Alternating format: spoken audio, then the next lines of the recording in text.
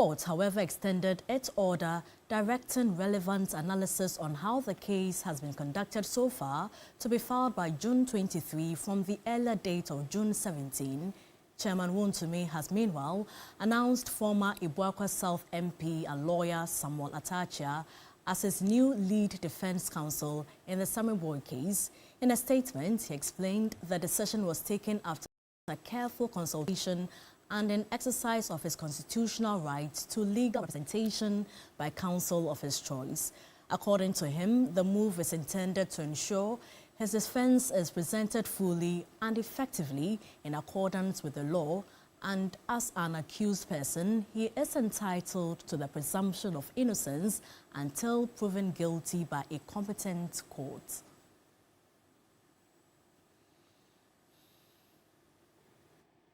Now, Ghana's Foreign Minister Samuel Okudzeto-Ablakwa says diplomatic efforts have intensified in trying to secure a visa for Black Stars Deputy Captain Thomas Partey within the next few hours ahead of the team's travel to Canada.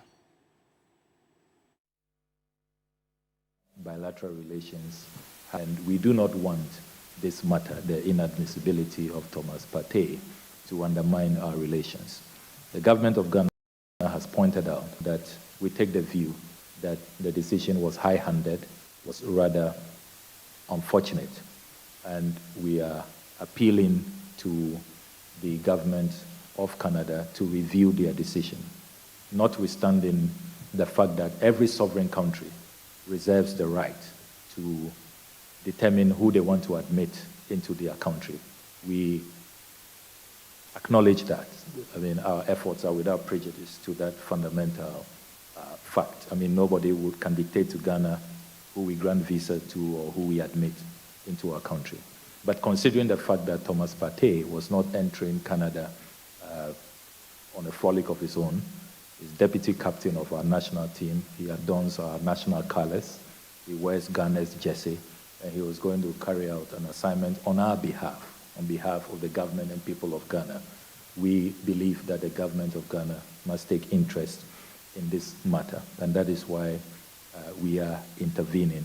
So we are utilizing the diplomatic path, engaging actively behind closed doors, and we also are adopting other pathways, which at this point I do not want to divulge.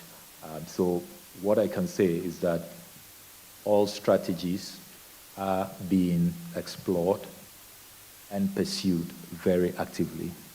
In particular, we are leveraging our very cordial diplomatic ties with Canada, and we believe that the ongoing negotiations should produce positive outcomes. We know that we are racing against time. It's just about 48 hours to go before the match, and we believe that looking at the nature of the engagements, the frequency, and the high-level engagements that are going on, we hopefully should have a positive outcome. And Ghana plays its 2026 FIFA World Cup opening game on Wednesday against Panama in Canada. But midfielder Thomas Partey may miss the match after Canada refused him visa application. We just heard from the Foreign Affairs Minister saying that diplomatic efforts are still underway. Earlier, FIFA did confirm that Partey will not be allowed to travel from Ghana's team camp in the US to Canada for the game in Toronto. But what has been the response from the government of Ghana so far? There's more in this explainer. Canadian authorities have not publicly released detailed reasons for their decision. However, immigration officials said every applicant is assessed individually under Canadian law, and that hosting a major event like the World Cup does not change Canada's immigration rules. The decision is widely believed to be linked to ongoing criminal proceedings involving Partey in the United Kingdom. The former Arsenal midfielder faces several rape and sexual assault charges, which he has denied. He has pleaded not guilty, and no court has found him guilty of any offense. The case is still before the courts, but Canadian immigration officials noted that under Canadian rule or law, a person can be considered inadmissible even without a foreign conviction if authorities believe there are reasonable grounds to do so. FIFA has also indicated that it has no role in deciding who receives a visa to enter a host country. The World Football Governing Body stated that immigration decisions remain the responsibility of the host country or government. Back home, government has strongly criticized Canada's decision. The Ministry of Foreign Affairs described the visa refusal as high-handed and extremely unfair. The country argues that Partey has not been convicted of any crime and should benefit from the legal principle of presumption of innocence until a court reaches a verdict. Official statements indicate that Ghana has sent a formal diplomatic protest note to Canada, has asked Canada to review its decision, has begun diplomatic discussions with Canadian authorities, and has indicated it is considering legal and administrative options if the issue is not resolved. It is sad sometimes the way the so-called superpowers treat us in Africa. They behave as though they are always doing us a favor. Football is supposed to bring people together, unite us, so we can forget about the geopolitics and everything. And so when you put some of these impediments in place... For me, I think it is an eye-opener for the world. FIFA must make it as a policy that where they are deciding who to host international tournaments must have it as a condition precedent that if you are to host any tournament, then you are going to open your doors to the real participants. Canada is saying that, or that Act 36 has that clause that until proven that Partey has committed the 7 crimes, whatever, then why do you go back to say that we are not allowing him entry? Besides that, there's another visa which Canada could have given him. Give him about 5 hours visa. After that, he's gone. At the moment, the visa refusal only affects Ghana's opening match against Panama in Canada. Ghana's other group matches are scheduled to be played in the United States, where Partey is already with the squad and remains eligible to play. Evelyn Tenkma, TV3 News, Accra. The government of Ghana has defended the Ministry of Roads and Highways against procurement breach allegations raised by the Fourth Estate regarding the Big Push infrastructure program. Government, meanwhile, recommends that under the new Value for Money Office Act of 2026, all major single-sourced public contracts must secure a value for money certificate before approval. On April 1, 2026, the presidency received a report outlining what the Fourth Estate claimed had become a ministry of sole sourcing. The ministry submitted its response on April 21 to a senior government advisor under whose authority the inquest was carried, found that a total of 1,441 road contracts have been awarded under the current administration through agencies including the Ghana Highway Authority, the Department of Urban Roads and the Department of Feeder Roads. Of the number, 1,301 contracts, representing 90.28%, were awarded through competitive tendering, while 148 contracts were undertaken under the Big Push initiative. Only 4.58% of the total 1,441 road contracts awarded by the Ministry of Roads and Highways in 2025 and 2026 were awarded through the single sourcing process, 4.58%. Under the Big Push initiative, which is only one component of the total work being done by the Ministry of Roads and Highways, less than half, exactly 47.14% out of the 140 were awarded through the single sourcing process.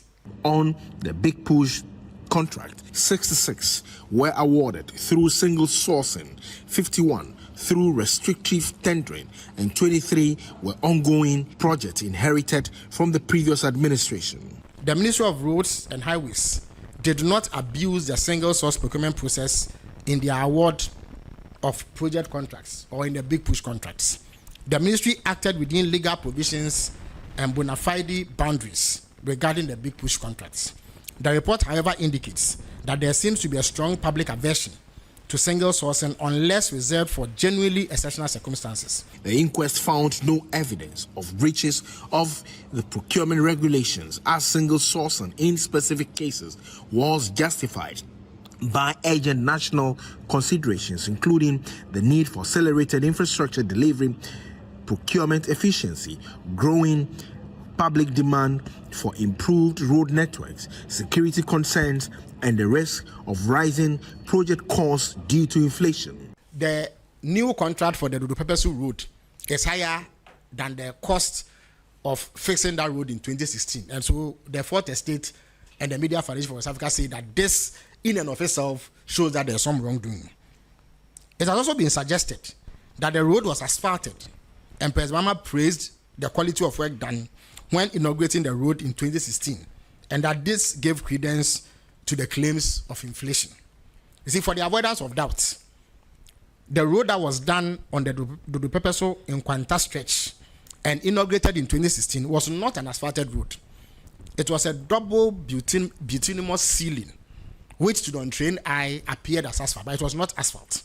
The 79-page report, however, indicated that with the coming into force of the Value for Money Office law, it must be strictly adhered to, and cabinet approval sought in awards that are far above the threshold. You're still watching News 360 on TV3. Stay with us. We have business, sports, and entertainment coming up shortly.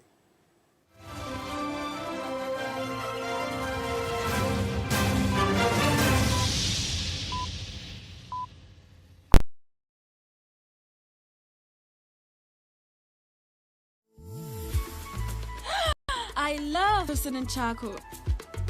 Why?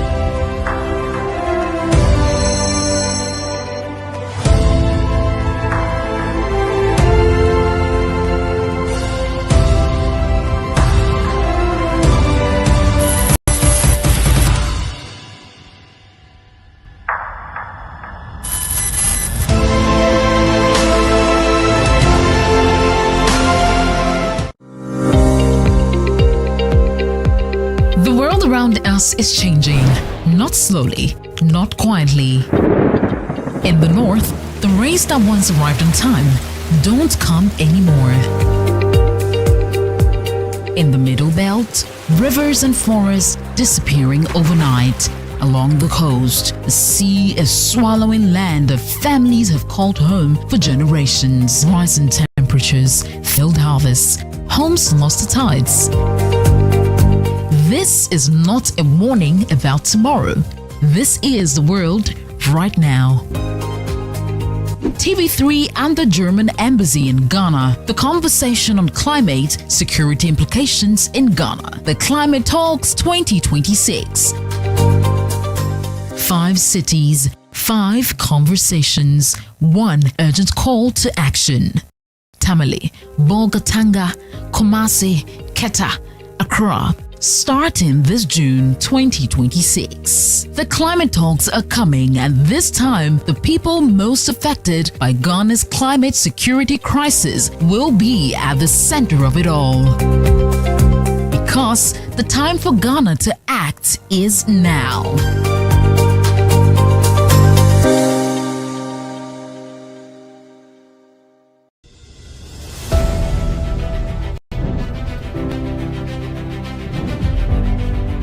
In a world full of noise.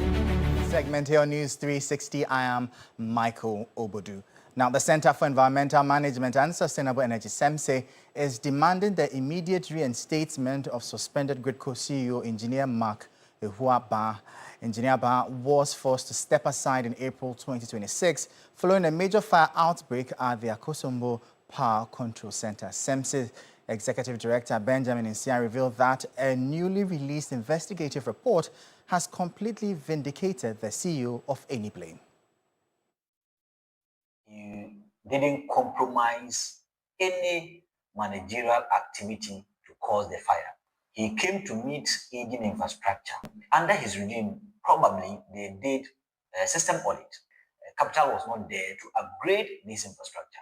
So if he goes out and you suspend him based on emotions and grassroots calling, then you have not treated this man fairly. And I think this unfair treatment is likely going to cause future chaos in the administration and management of public institutions like GridCo and other state-owned entities within the power sector. We think that since the report indicates that he had no hand, he didn't sabotage the system, but rather it is because of our negligence in terms of pushing more capital resources to upgrade the infrastructure within the energy landscape over the years is the reason we had a fire outbreak at Akosombo. I think that the best thing for us to do is to reinstate him. Now, the Chamber of Petroleum Consumers Ghana, COPEC, says fuel prices are expected to return to levels seen before the recent Middle East conflict following a peace agreement between the United States and Iran. COPEC added that the development is likely to ease concerns over a possible increase in transport fares after recent fuel price hikes. Global crude prices surged above $100 a barrel during the conflict amid fears of disruptions to oil supplies from the Middle East. But prices have since fallen to the low $80 range after Washington and Tehran reached a peace agreement. COPEC says the decline in crude prices could trigger significant reductions at the pumps in the next pricing window, potentially reversing increases recorded during the conflict. Speaking to 3 Business, Executive Secretary of COPEC, Duncan Amwa, welcomed the development. There is actually a lot of relief reading that the United States, Iran have come to some peace deal, one that immediately halts all forms of hostilities and again opens the Strait of Hormuz for global oil cargo supply to us to begin from the levels that they were pre-war levels. Duncan Amwa says consumers could soon benefit from lower fuel prices, easing pressure on household budgets and reducing the likelihood of transport fare increases. Here in Ghana, there is also every indication that fuel prices are declining, and for us, some sigh of relief, considering that the past 2 windows we've had to continuously pay a little more at the pumps. And I am quite certain that this would also bring to some closure the issue of transport fare adjustments that was also being considered by even the transport operators. It is likely that fuel prices over the next few weeks would return to some normalcy. Now, for global market watchers seeking market confidence, the listing of Casapreco PLC on the Ghana Stock Exchange is that signal. These were the words of the Minister of Trade, Agribusiness and Industry, Elizabeth Ofosu-Ejari, at the beverage manufacturing giant's official listing ceremony. With total ordinary shares of 4.1 billion cedis, valued at 4,959 billion. Casapreco PLC's official listing on the main market of the GSE on June 15, 2026 followed a historic, heavily oversubscribed initial public offering. Casapreco went to the market aiming to raise 700 million cedis. However, it attracted 1.72 billion cedis in total bids from investors, making the public offer roughly 246% oversubscribed.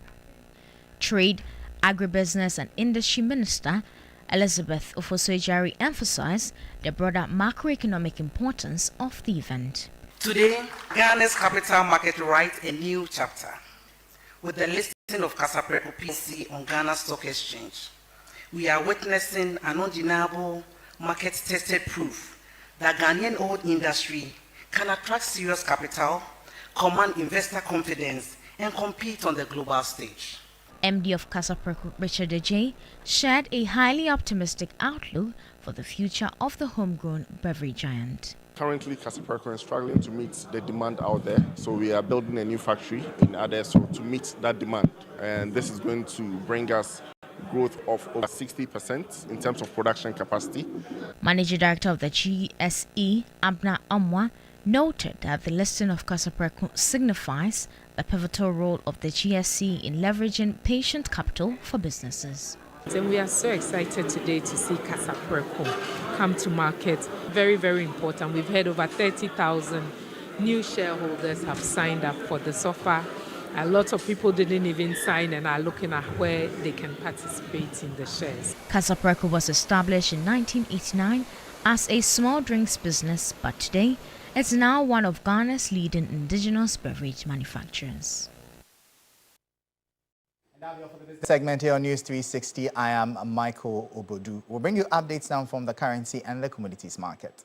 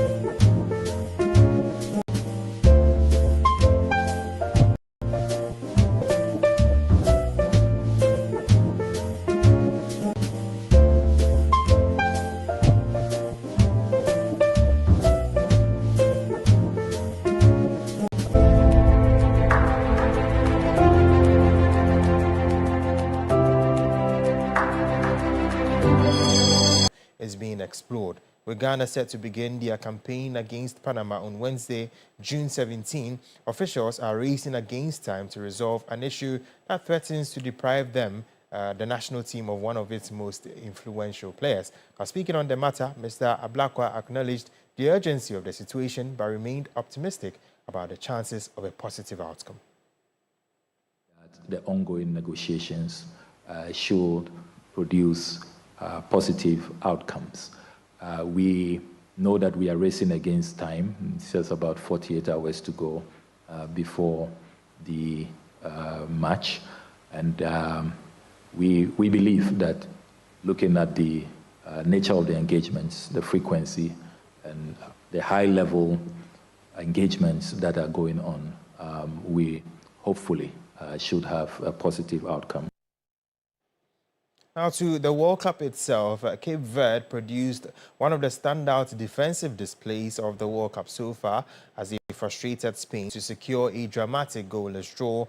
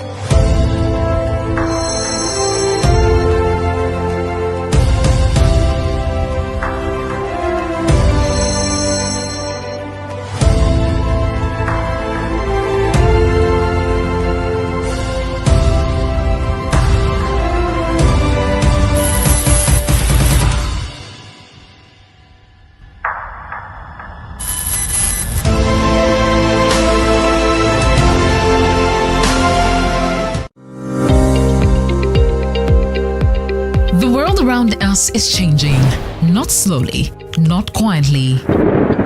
In the north, the rains that once arrived on time don't come anymore.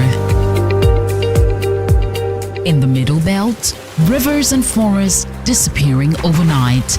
along the coast. The sea is swallowing land that families have called home for generations. Rising temperatures, failed harvests, homes lost to tides. This is not a warning about tomorrow. This is the world right now. TV3 and the German Embassy in Ghana. The conversation on climate security implications in Ghana. The Climate Talks 2026. 5 cities, 5 conversations, 1 urgent call to action.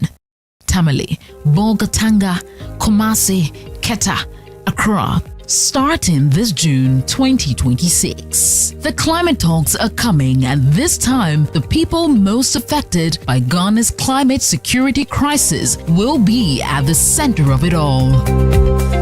Because the time for Ghana to act is now.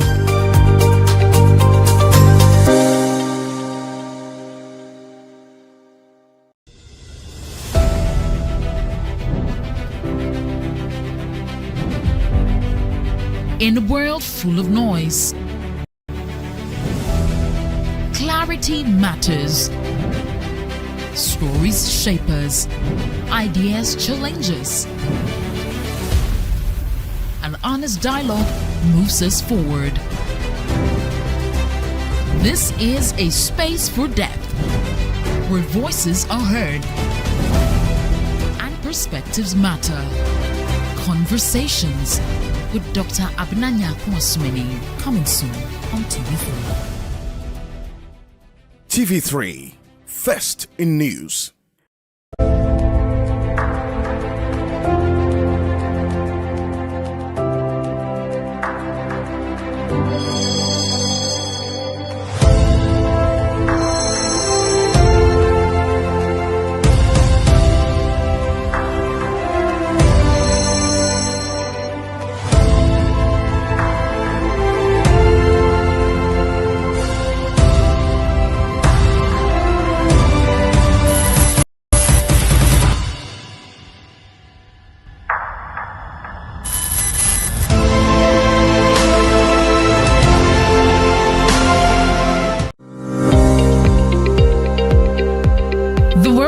Us is changing, not slowly, not quietly.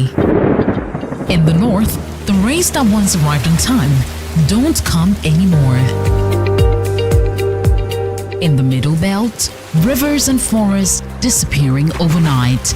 Along the coast, the sea is swallowing land that families have called home for generations. Rising temperatures, failed harvests, homes lost tides. This is not a warning about tomorrow. This is the world right now. TV3 and the German Embassy in Ghana. The conversation on climate security implications in Ghana. The Climate Talks 2026. 5 cities, 5 conversations, 1 urgent call to action. Tamale, Bolgatanga, Kumasi, Keta, Accra. Starting this June 2026. The climate talks are coming, and this time, the people most affected by Ghana's climate security crisis will be at the center of it all. Because the time for Ghana to act is now.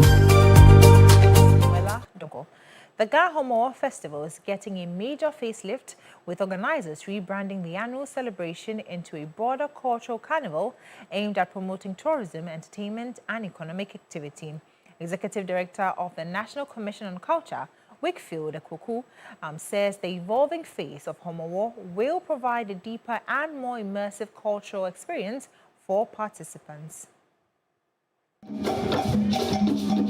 The carnival, which forms part of this year's Homowo festivities, is scheduled to take place on August 6, 2026, and is being repositioned as a major cultural and entertainment event aimed at promoting tourism, youth participation, and economic activity.